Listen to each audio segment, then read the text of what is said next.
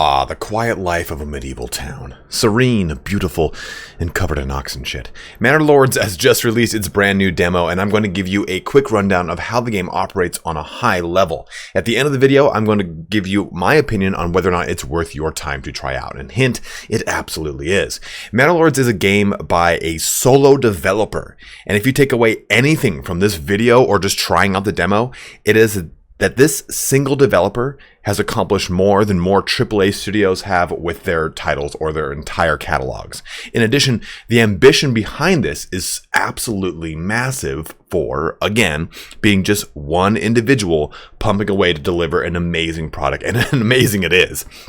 If you've already, if you are already playing Manor Lords and are thoroughly enjoying it as much as I am, please make sure you add the game to your wish list on Steam. This will help the game get promoted on Steam as well as hopefully helping this project grow. And as always, if you end up enjoying this video, please don't forget to like, comment, or subscribe. All these things help me in defeating the most tyrannical robber baron of them all, the YouTube algorithm. But let's get started here on Is Manor Lords Worth Your Time? And just opening up to this beautiful shot here, we're just going to let the game kind of run, and I'll talk about some things and kind of show some stuff off here. For those that are used to watching me in my channel, I apologize. I have some really gnarly allergies right now, so I sound way different. But take a look at the game here. It's got a very minimalistic UI. It looks very simple, very easy to kind of crack into. And the best way to kind of compare this game to other games out there, it's like you kind of have some elements of, say, like a Frostpunk when you're trying to build out your individual realm while also dealing with the elements. You have to worry about rain and how that destroys your crops. This can be kind of reminiscent to other kind of builder sims like this, like Going Medieval, RimWorld, stuff like that. But you also have to deal, of course, with weather when it comes into winter, and that causing any kind of issues for homeless families within your village and any kind of other stuff that you've got going on. But the game, I think for the most part, is very similar to anyone who has played any kind of simulation recently, like, again, Going Medieval or RimWorld. Those are two really good examples here because they pull from a lot of that same pool. But when we get into a discussion about combat, which I don't have any to show off for you right now, you get into something more akin to, say, not necessarily Total War, but maybe more along the lines of an Age of Empires, where you have these individual units and you can command them and you can set them up in kind of really cool formations and whatnot. So just kind of clicking around here, you have got the ability to construct your roads, and you can kind of go all crazy here with your road construction, making this look as dynamic and as interesting as you want to make cool little avenues. You know, just kind of this typical standard fare stuff, and then constructing it. Conversely, hold down Alt and just remove that entire road. But you can also then go into your construction pane, and you can see a little bit more into this. And if you're watching this on a phone, I apologize. My UI scale is probably not going to be amazing for you. But you've got logging camps and woodcutter lodges, into forester huts, and each one of these things is absolutely integral to the production of your village. And it can seem kind of intimidating, but the way that the game kind of layers itself is very easy to break into, because you don't need tools at the start of stone or tools or let's just say iron slabs at the beginning of your game. You need timber. You need the ability to move that timber around using this hitching post. That's what you really need to do. You need to store stuff with your storehouse and your granary. So the game kind of naturally layers itself, almost like if you're playing something like, say, I don't know, like a Valheim, where Valheim, it's like, yeah, you know, you're not going to be using the most top tier thing right out the gate. You're going to use just initial wood until you learn how or what you need access to more and more. And it's kind of a cool little system here, because on top of that construction, you then go into stuff like mining and your iron ore and your storage for your granary, storehouse, and hitching post. Hitching post is what it basically allows you to transport this timber around or move things in and out of your granary. But then you get into stuff like your village life, and this is where the game kind of has a little bit of not a mind of its own, but it has a cool little touch here. So if I click this little thing for a burgage slot or plot, I'm going to have the ability to place locations for homes for families, and we'll go into that in just a second here. And you can see I can kind of make this out to be like, oh, like this, and then like this, and then like this, and we can rotate this. basically, I'm rotating the anchor point on where it's going to place this on the road. So right now you can see, oh, well, this road here only gives access to 4 plots worth of houses, so that's all I get. Well, this would have way more, but I have to build the roads here. So you just you basically kind of make this work how you want. And as you see this, you see 6 slots, and then you see these little plus signs. Because basically the housing plots, it's really cool what they've done here is, if I clear this all out, this is a plot that doesn't have one of those plus signs. It just simply has the ability to hold people within it. And as you reach these kind of requirements, you can then upgrade this plot, which is pretty cool. But this Burbage plot had had one of those little plus signs. So I have a construction extension. So you don't just simply have locations that your villagers live in. You can expand it and make it so they have a vegetable garden, so they can actually have their own food source that won't actually yield during winter, but they can have chicken coops for eggs or goat sheds for milks, which adds different food variety into this. So it's a really cool way to kind of make each and every building plot kind of take on a little mind of its own. You know, hey, here's all my chicken coops are over in this location. Here's all my vegetable over in this location. And it gives you a nice way to kind of expand out how you're typically going about this. Usually it's very, okay, you placed a location for your villagers to live in, and they're going to live there happily ever after. Cool, zippity-doo-dah, bye-bye. But then you also have the ability to make a market area. And these market areas then allow you to produce food stalls, firewood stalls, and then clothing stalls. Now keep in mind, this is a demo, and this is like a demo to the early access to the game that's not even out yet, right? So if you see anything like this white little thumbnail here that doesn't have an actual image, it's of course a work in progress. But all this kind of culminates in a natural progression point, right? Okay, I want these burgage slots to get up to next level, so I need to have 2 sources of food, some clothing like cloth, leather, or yarn, entertainment like a tavern, faith like a church like I'm building right here. So you kind of go through this and you build up this town and this village. And currently right now, of course, we don't have access to this because this is the demo, but you will then place these development points in development, policy, and production. And this is kind of basically how you can specialize these villages and make them kind of, oh, you know what?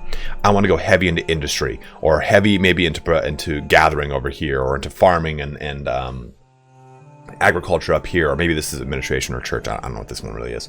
But you have this ability to kind of make this feel like a custom town to the things that you want to focus in. It's not just simply, yes, make these buildings and everyone is the same, but the circumstances you deal with are unique. No, everything is unique in and of your playthrough, which I really like about this game. It doesn't feel like I'm just playing the same thing someone else is playing, just with a different road system or a different way of making my plots, or clearly not an OCD makeup for everything.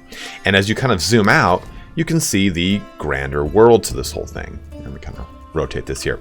And then within it, you see what kind of resources are produced within this. So it's not just simply, press T for town centers here, it's not just simply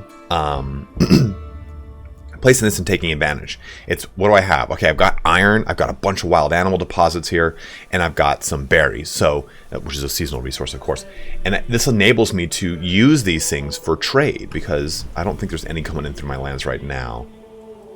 Yeah, you'll see like a little trade cart that'll go through, yeah, these little guys, traveling merchants. So it enables you to kind of have a little bit of randomness in your playthrough.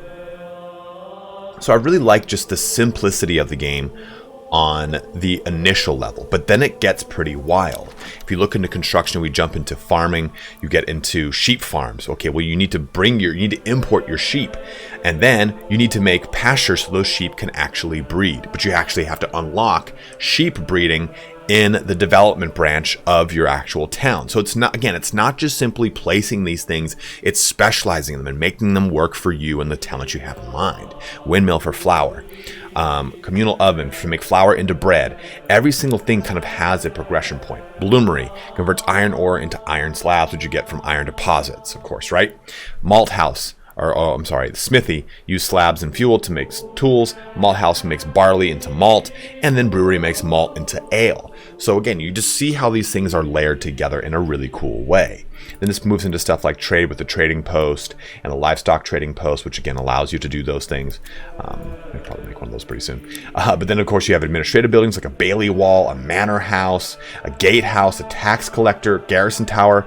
We have military recruitment and army, which I don't have access to just yet.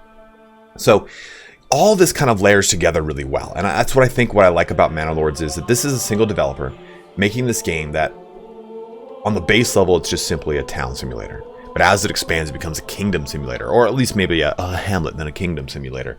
And as you kind of progress, you're going to full-fledged wars. You're not going to have a massive war at the game start.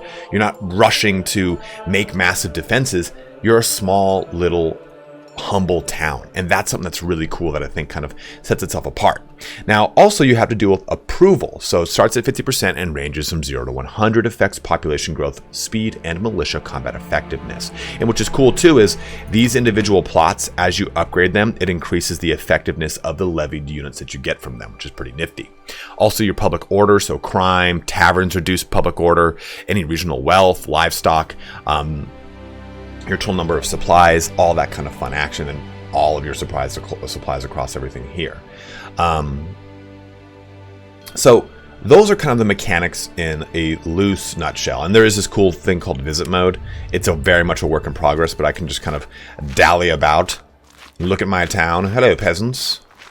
Enjoy my foppish hat and pointed shoes as I kick over your cart. I can't kick over the cart, don't worry. I can pass right through it. But there's just a kind of serene beauty to this game where you can kind of just, hey, you know what? We're working on a couple things. I've queued them up. Just kind of see how the game looks, you know? Let's just watch it all unfold. And that's a kind of niceness that I think you get in that early portion of the game before the hecticness of warfare and defending your lands kind of kicks in. And even then, I'm playing on just the slow, just a standard play, right? You're probably going to be playing most of the time at speed 16 and ripping through a lot of this. So let me jump back into the main menu to talk a little bit more about some of the character creation too, because I think that that's a pretty fun portion of this. You can see my little emblem right here, and my character looks very much like myself. But nonetheless, let's jump into that so we can talk a little bit more about it. So this is your new game screen here where you get to create, okay, choose a portrait, change your name, whatever it is, and you've got your coat of arms. And this is, I think, a really cool portion of the game I just really want to quickly highlight because it, again, has a lot of, if there's a word I've said too much in this video, it's granularity. It has a lot of really cool granularity, right? I can break down the actual colors for the field and everything like that, but I can also break down the dimensions of this, right? However I want to do this, every kind of permutation I got, I can do it right here. I can change what icon, what symbol, whatever color I'm applying.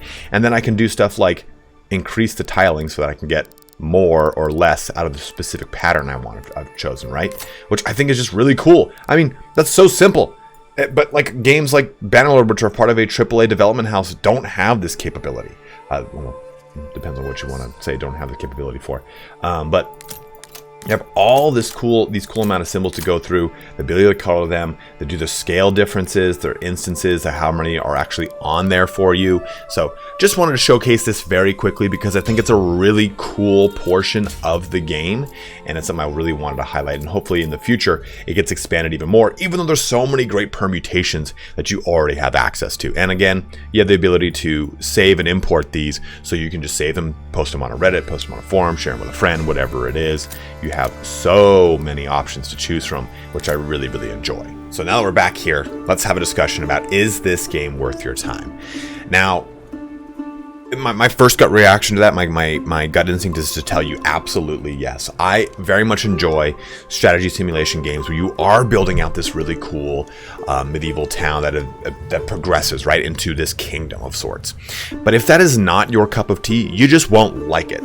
That's like telling someone like, hey, do you like first-person shooters? No. Okay, well then you won't like Call of Duty. Like that. It's kind of that shtick right there. As long as you like this genre, you're gonna like it because I think it does enough things differently, and I think it adds enough granularity into some of the mechanics, or at least convenience into existing mechanics from past games like RimWorld or Going Medieval, that it feels very, very polished for a game that's a demo. a demo to an early access to a not even released game, which I really like.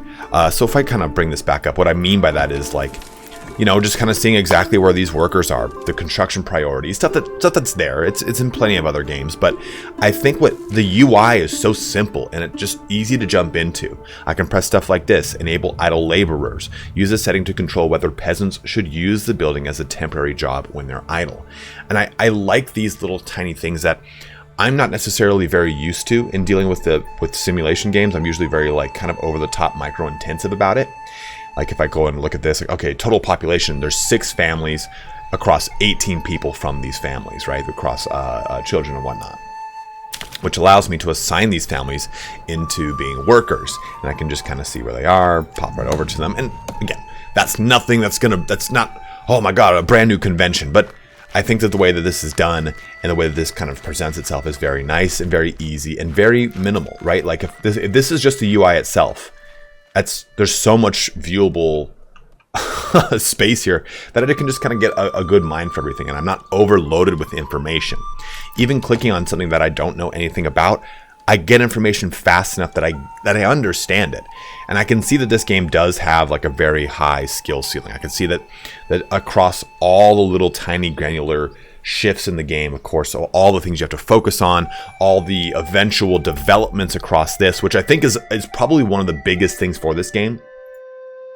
It's going to become far more in-depth and crazy, right? It's right on just on this level, it just feels like a simulation game. And that's fine, because it still does the simulation part very well. But I think that the top end of this, when it comes to that warfare portion, that policy, the production, development, and focusing these points into those, I think really makes for a very cool custom experience that I don't think that you usually get in simulation games. And that's why I think if you are a big fan of the simulation genre and you've wanted a cool kind of medieval one to jump into, this is definitely going to be the one for you. Now, of course, remember, this is just a demo. It doesn't matter. I mean, it's free. Go play it. If you don't like it, you don't like it. It's not like you've lost any money. It's just time we're talking about here. But I wanted to create this video to kind of hype this game up because it's been on people's radar since it kind of came around in early mid 2020s along with Manor Lords launch. And a lot of the features that are coming with Manor Lord are features that people wanted in Manor Lord that did not exist. So I wanted to bring them up and kind of talk about this in this video because I think this is a video it's a video that definitely is worth your time. Now, it's definitely worth your time because it's one dude cranking out a lot of really cool shit. And I think that as this thing starts to really kind of build up momentum and as the feedback comes in, because he's responded very well to feedback on just the Twitter before this demo is even launched. People said, hey, I really don't like the way that works. And he's changed it and said, hey, how do you guys like this instead? And to see that he has that level of communication with his development process that early, and he's responded to it and made some really cool changes is amazing. Now, I haven't showcased any combat in this. I'm going to be doing a stream of this on the channel here. We'll be starting at 10 a.m. Pacific Standard on Tuesday, so right when this goes live. And we're going to just jump through everything, show off as much as we can. You are limited in your timeline of this actual demo and the actual stuff that you can achieve, right? Like I said, you can't do stuff like this, locked in the demo, work in progress, or the construction. If I jump over here, work in progress, stuff like that. Or some of these are locked. There you go, yeah, locked. So as you kind of get through the demo portions of the game, and you get to points that you just can't play anymore. You're like, oh, well, I can't.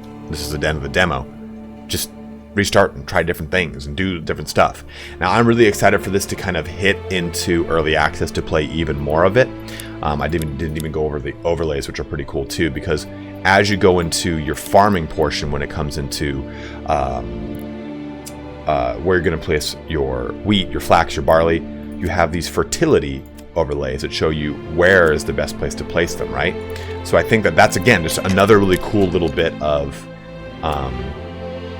granularity added into the what the hell is it called into the farming process. But Go ahead and let me know in the comment section below, are you enjoying Manor Lords? Is this a fun experience for you? Is this what you expected in this? And again, remember, it is a demo, it is early access, or it is a demo to early access. It's so far removed from a final product.